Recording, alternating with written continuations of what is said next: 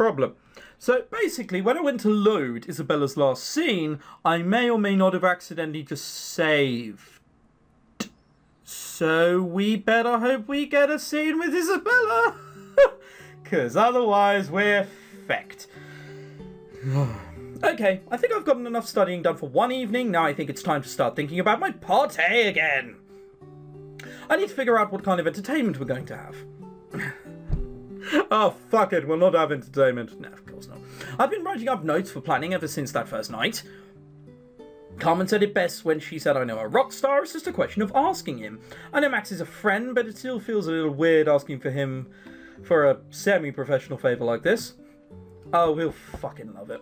I knock on Max's door and organise my pitch as he opens the door.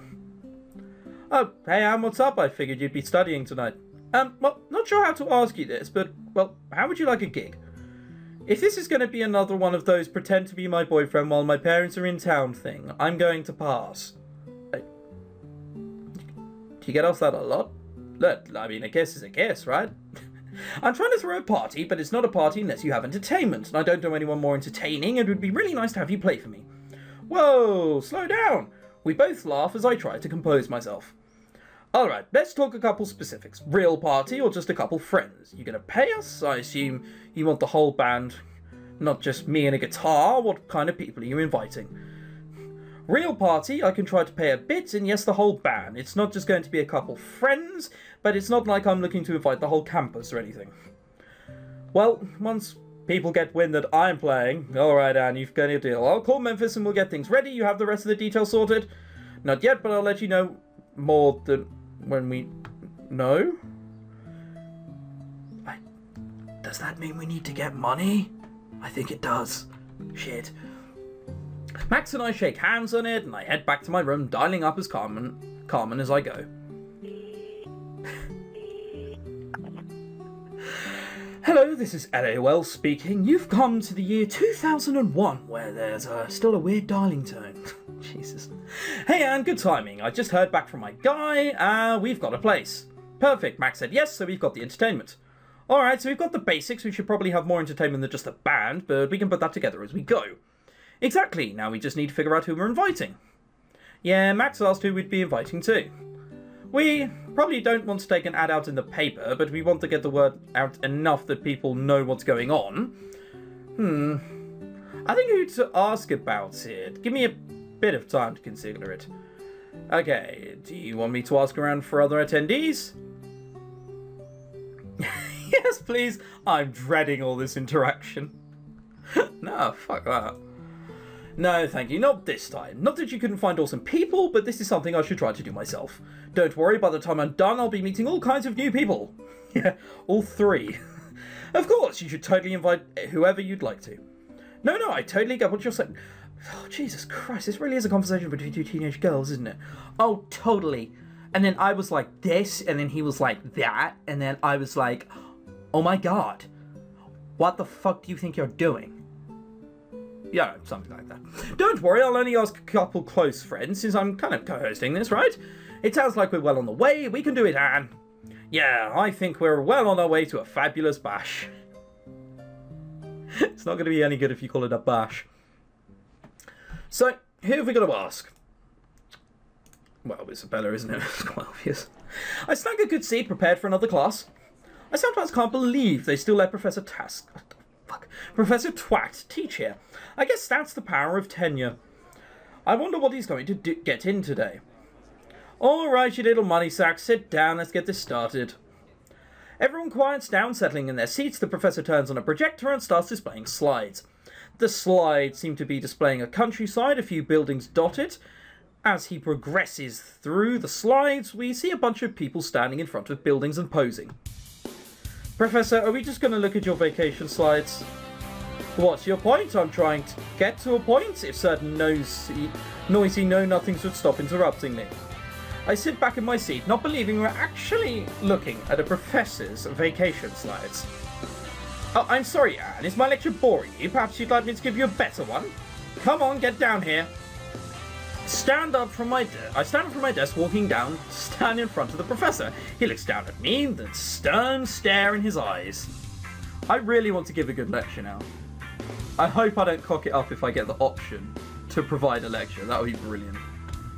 I've had my eye on you for quite a while now, Anne. I've been watching you and hoping that you would blossom into the full and glorious student I know you could be. I looked quizzically at the professor. I had no idea he had such an interest in me. His smouldering brown eyes are boring a hole into me. Well, I wanted to do my best for you, Professor. And he's just going to say, but you haven't achieved it yet. I know you did, Anne, and that was part of my joy. Watching you, knowing that you were so eager to please me and that I was so eager to teach. Suddenly, the professor takes me into his arms. You are the one for me, Anne. You are the one who can take my instruction, and I only teach pleasure. When I'm done, you will know pleasure, and how to please better than any other person before you. Bit weird. I would like to run at this point. The professor hugs me close, looking down into my eyes. Will you complete me, Anne? Will you be the pupil I need to complete this circle? No, I won't. I can feel warmth creeping up on my neck. I bury my head in the professor's coat. I can't believe this is happening. What? Like, what just happened? Did I miss something? There must have been something I've missed in the last 5 minutes, which... No! Just no! I'm sorry, Professor Twat, but I love you, but you haven't won my heart. The professor pushes me harshly away from him, throwing an arm across his face. Fine. I thought that you could be the one, but no, you are just like all the others. You will never be complete without me, Anne, you fool! But I must admit, I will never be complete without you.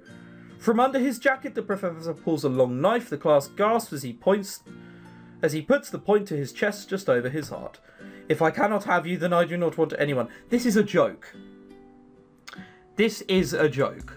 This is not happening seriously. I regret only one thing, that I wasted my time loving a waste like Anne. Professor Twat pulls the dagger away. I turn my head, not wanting to watch. As the dagger plunges towards his breast, I hear a scream from the back. No, all is not lost, Professor. You don't have to do this. I don't? No, you really don't. Oh, I thought... Yes, I know, but you don't. Though you could always kill Anne if you need to kill someone. Hey, great idea. Here, take my spare. I look in horror as the Professor and Roxanne begin approaching me with daggers bared. I can't run, I can't hide, and they're getting closer. They're almost on top of me.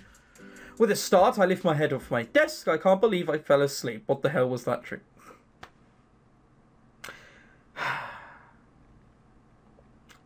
Well, I did say it wasn't real, or it was some sort of joke, didn't I? And that's why you should always be aware of what kind of cheese you're buying in foreign countries. Why, in case blue cheese is so mouldy, it's actually just salmonella on cheese. Ugh. See, I told you I was getting to a point. What's the point of that? Amusing, but, well, whatever. Time's running short to get my plans in motion. It's time to start getting invites out, which of course means figuring out who to invite. I just hope Isabella can help me. Oh, yes, thank fuck. We're going to finally get a chance to put it back to 100. Whew. I head down the hall, formulating my game plan as I go. I knock on Isabella's door, idly playing with my hair, and as I listen to her footsteps approaching. Oh, hey, Anne, not studying tonight? Come on in. Oh, I've got some studying to do later tonight, but I needed to ask you about something first. Sure, anything. Well, not to draw it out for too long, but I'm throwing a party, and well, I don't really know how many people. I don't really know how many people outside Latin House. Oh, if you need to know some party animals, my dear, you have come to the right place. I kid, trust me. I know how to get a good party going. Let me think about your personality. Okay, so it's going to be set in a library. Yeah, okay, I think I can give you some people to call. Okay, thank you, Isabella. Isabella reaches over to her desk and puts out a small book. She begins transcribing things from her address book onto a spare piece of paper. Do you have some entertainment for us? Yeah, Max is going to be playing. Arthur suggests we also get a ping pong table for beer pong. Maybe a tournament. What the fuck is beer pong? I'm up for that. Where do I enlist? Yeah, whatever. Maybe a tournament. Ah, that sounds like fun if you started advertising at all. No, I don't think I will. I mean, I'm not looking to get the whole campus involved. Fair enough. You just want beer or you want to have a full-on bar? Nothing like a mixed drink to get the party going? Oh, I hadn't thought of that. I know we were thinking about a bit of alcohol, but a bartender would be pretty interesting. It can be a little expensive, but yeah, it can be good stuff. Though it can also lead to things getting a little wild after all harder alcohol and that.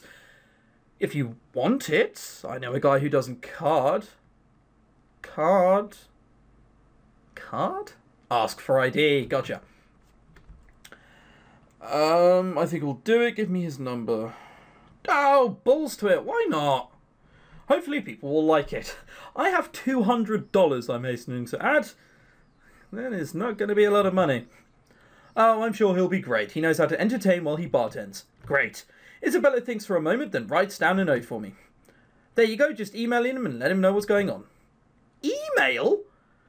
Whatever. So our grades are pretty much already 999.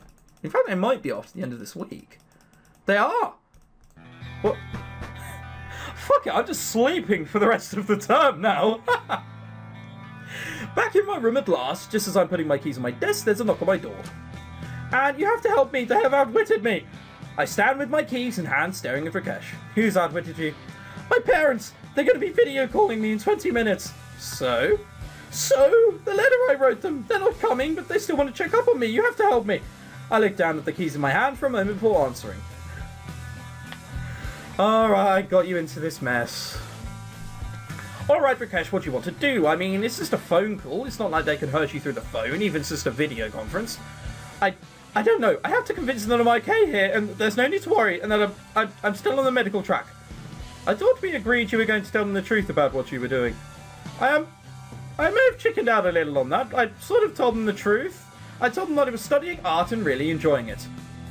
I just also told them that I was still studying medicine. I sigh and shake my head at him. That just complicates things. I know, but it'd be terrible to tell them the whole truth. Fine, what do you want to do? I'm quite glad you asked. 15 minutes later, Rakesh is standing in front of his laptop with a webcam attached. We're still in my room, mostly because it looks the least like a bomb went off in all the rooms in the house. Rakesh... Jesus Christ. I can actually imagine his room looking a lot like Dresden. Rakesh has strewn various charts and graphs around the room, and I'm lying in bed with a cold compress on my head. Not to mention a rather hastily put together paint job that's supposed to make me look like a sick person, but mostly makes me look like a Martian. We don't even know what Martians look like. Oh, they look like bacteria. Yay. You really think this is going to work? It must, Dan. I think we can pull this off together. Just a few moments later, his video conferencing software bleeps at him, and Rakesh hurriedly tucks me into the video conferencing software. Now, Dan, you're a bit of a nerd. You must have heard of Skype. That's what most people use. Okay, here we go. Remember, I am the competent medical student, and you are my patient. I moan in a sickly fashion, and Rakesh gives me a thumbs up. A video screen pops up on his computer, and I can barely just make out the blurry image of Rakesh's parents. I quickly lay on my head back down, though, so I look like I'm resting. Rakesh says something in Urdu that I assume is a greeting, then his parents say something back. Are you sure I do not mind? I have not had much chance to speak my native tongue lately. His parents say something back, and Rakesh just nods, continuing in English. Well, this is my office, where I keep my computer. Ignore the penguin, ignore the pink boxes, ignore the teddy bears. It's definitely my room. Jesus. As you can see, I have a patient here right now, so I cannot talk too loudly. Oh yes, it is very normal for one such as I, who is moving so well along the path to earning my doctorate. I must prove my skills after all. I try not to roll my eyes, he is really overselling it. Oh no, my patient is very comfortable, I'm sure. After all, I do my best to attend to their needs whenever they arise. Whenever they arise? Crap, that was my cue. I cough loudly, moaning in a sickly fashion, and trying to roll around. University and a medical student care to teach you how to deal with a headache. Yeah! Just a moment, I'll be right back. I feel so terribly. So terribly, I'm fucking terrible. I don't feel good, I mean. I don't feel good at all. Rakesh glares at me for a moment while he pretends to check my charts. I try not to laugh, I feel a little bad for the hammy acting. Finally, Rakesh attaches a... You're shitting me. Really? A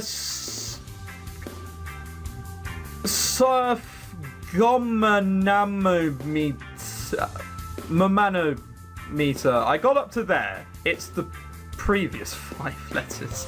What the fuck is that? What is this, Croatian? Like, I never understand why people bother translating cities and countries into other languages, but Croatia, I mean, fuck me, it's like 7 letters long. It's got 1 vowel in it, and the first 3 letters are H, R, and V.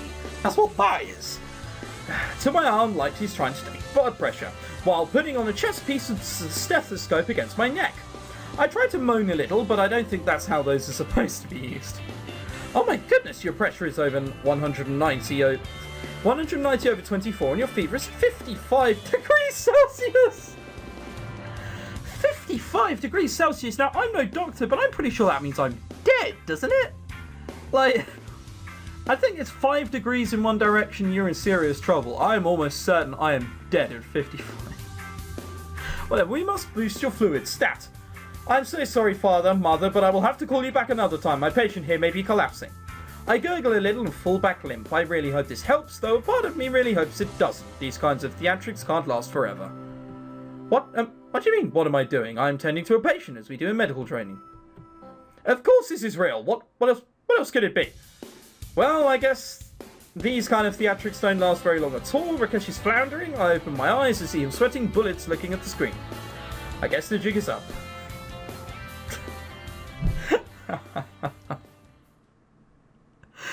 Oh, I'm not sure honesty is the best policy here at all.